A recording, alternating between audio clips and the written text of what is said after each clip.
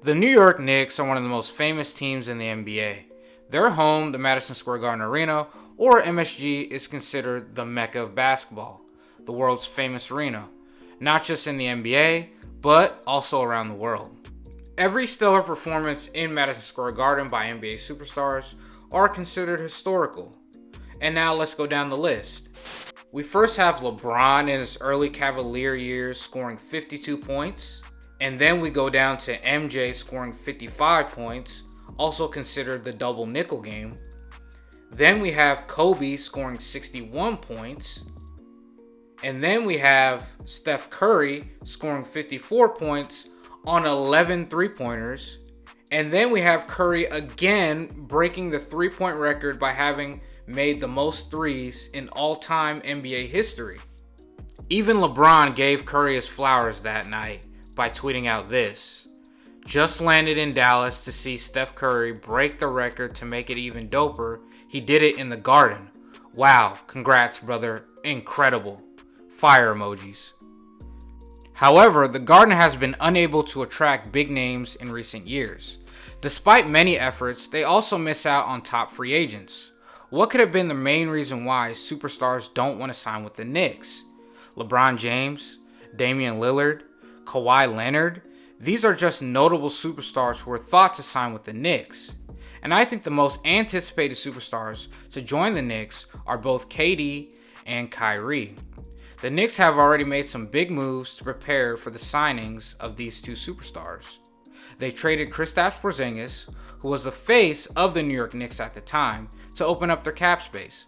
Plus, they also had the chance to draft Zion Williamson, who at the time was projected to be the number 1 overall pick in the 2019 NBA draft. Can y'all imagine KD, Kyrie, and Zion playing in the same arena? Sheesh! Even me, guys, I would be excited to see them play. But things did not go their own way, as the Knicks would get the 3rd pick and eventually draft RJ Barrett, which is not a bad pick, but we all know Zion would have been a better choice if he stayed healthy. And when free agency started, things got worse as KD and Kyrie signed with the Brooklyn Nets, the other team located across the bridge. To be honest, guys, I was shocked when I heard the news. I thought they would surely sign with the Knicks. Many fans were devastated about the news. Stephen A. Smith, who is a hardcore Knicks fan, expressed his thoughts on the situation. And he said this: "Singers can't be gone, and we don't get KD, and we don't get Durant, and Kyrie rather. No way! This can't happen." KD and Kyrie not signing with the Knicks made everyone ask the question, why? Because in that offseason, it's not just KD and Kyrie that they missed. They could have also signed Kawhi Leonard, Klay Thompson, or Jimmy Butler. But instead, they only got Julius Randle, who is a good player, by the way, but not as good as those superstars. Who's to blame? Is it the fans? Is it the owner? Is it the organization?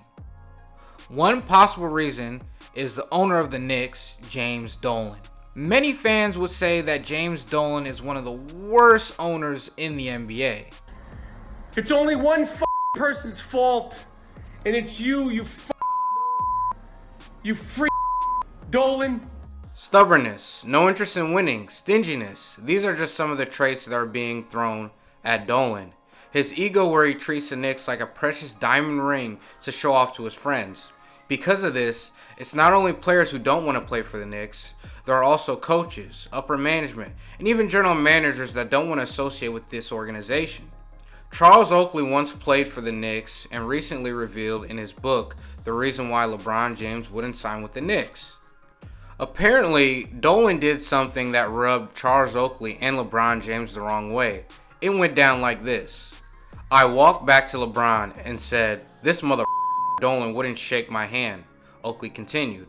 "All LeBron said was, 'This is why I'm never going to New York.'" Imagine not wanting LeBron James on your team. I mean, who doesn't want this guy? Okay, I'm going to slow down a minute. He is getting up there in age. The dude's literally almost 40, but dominating the game. That is crazy. Many fans who support the Knicks have been calling for Dolan to sell the team for years. The fans have been blaming Dolan for their inability to sign big superstars. Speaking of fans, another reason why Knicks have been unable to attract superstars are the fans themselves. All I can say is that Knicks fans are one of the most loyal fans in the NBA, but they can also be brutal as well. Y'all remember the boos during draft night for Kristaps Porzingis in 2015? Kristaps Porzingis from Liepāja, Latvia. He last played for Sevilla in Spain. Or how about Kevin Knox in 2018? Kevin Knox from the University of Kentucky. Well, I can totally understand why Knicks fans boo these rookies. Their hopes are high as they look for their next superstar during draft night. But booing their own players during home games is simply outrageous. Julius Randle made a thumbs down gesture after fans were booing the team for being down 25 points in the second quarter in a home game against the Boston Celtics. Even Carmelo Anthony, the biggest superstar which the Knicks were able to sign, was a victim of this. Anthony said in an interview that a player must be, quote, cut from a different cloth in order to survive while playing for the Knicks. Seriously, if you're a superstar in the NBA, would you love to hear boos if your team is not performing well?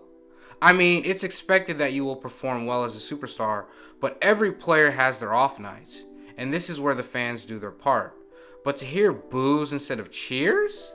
Come on.